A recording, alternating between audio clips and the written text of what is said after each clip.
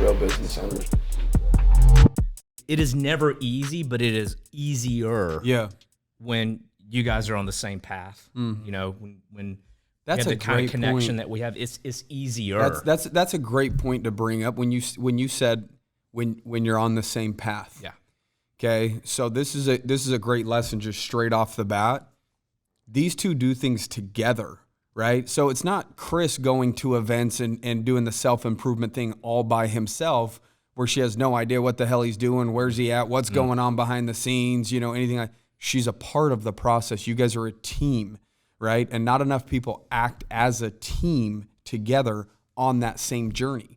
You know, people get married and somebody might own a business. It could be the husband, it could be the wife, and they're almost living two completely separate lives where they're just not on the same page because one's running the family, one's running a business, and it's just that the synergy ultimately starts dying down, right? When you guys are on the road together, you guys are improving together. You know, everything that you guys do, you do it together. And usually, you know, some people would say that it could cause turmoil, you know, or fights or whatever if you're around each other too often. What would be your guys' rebuttal to something like that? How do you make that work when you're around each other constantly? I love that you guys are together constantly and on the same path, but how does that work? Like, how do you guys, you know, there has to be some nuggets that you guys can bring to the table here, because I know a lot of people struggle with this. I'll go. Well, I think it's like anything, even in business. You have to know your audience. I know when Chris is having a tough day, I need to lift him up, and vice versa. Like he said, it's not always easy. And when you're on a path, it makes it much more difficult if he's going one way and I'm going the other. I'll give you an example. When he joined Arte, it was a big investment.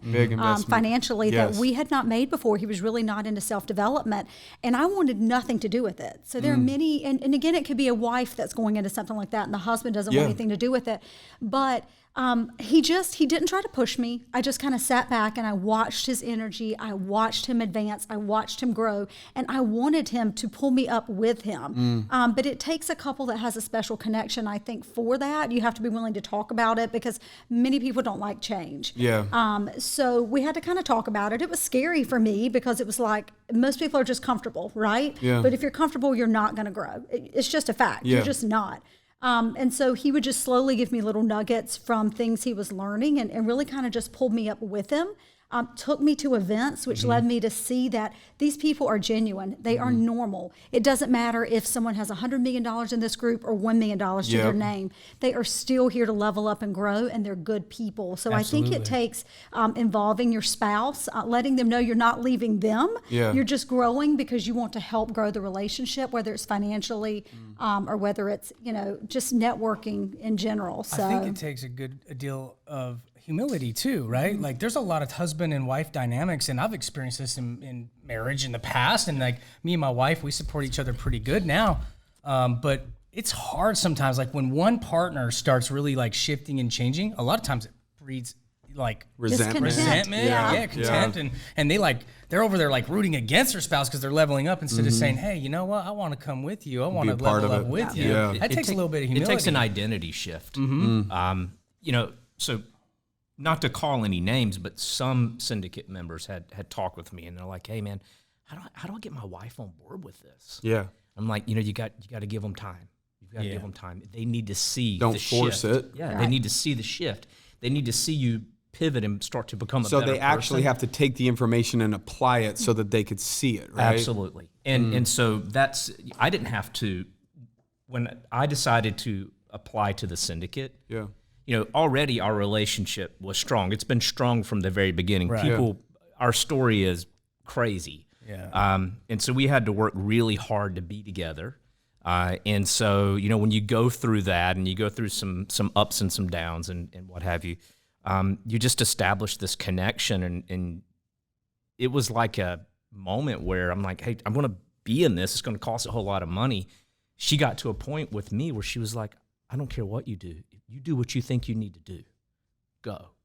And we're just fortunate, and we're fortunate that we have that kind of connection that very few couples do. So that is one thing that makes a huge difference.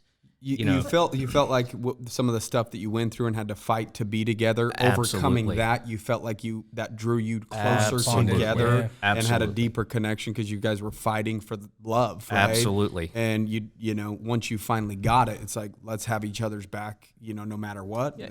And our baby girl was born with a hole in her heart, and she had to have heart surgery at like 2 months old, and so scary. We had to fight again, and so what happened?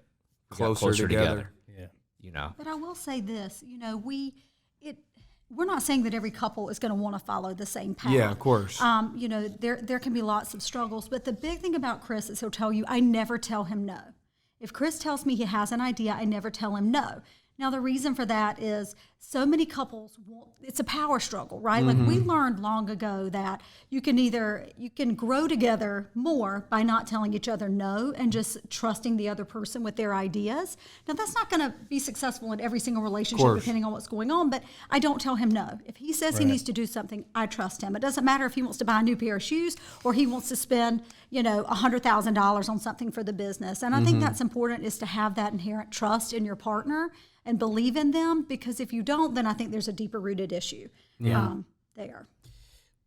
Remember that she said she never tells me no. That's a lucky man right there. That's why he's always so happy. That's why he vibrates at such a high frequency. He's just, I swear to God, he floats wherever he goes. He's like, you know, she never tells me no. And you know, but he's the same way with me. It's a two-way. Yeah, I was going to say it's a two-way street. She's a member of the League of Goddesses. Charles Covey's wife, Alicia, started a women's girl power group. Okay, badasses in there. It's a women's entrepreneur. And you recruit our wives into that. Yeah. Oh my God, they'd love it. And also women in business. So she's a member of that. And I mean, Emily Frisella.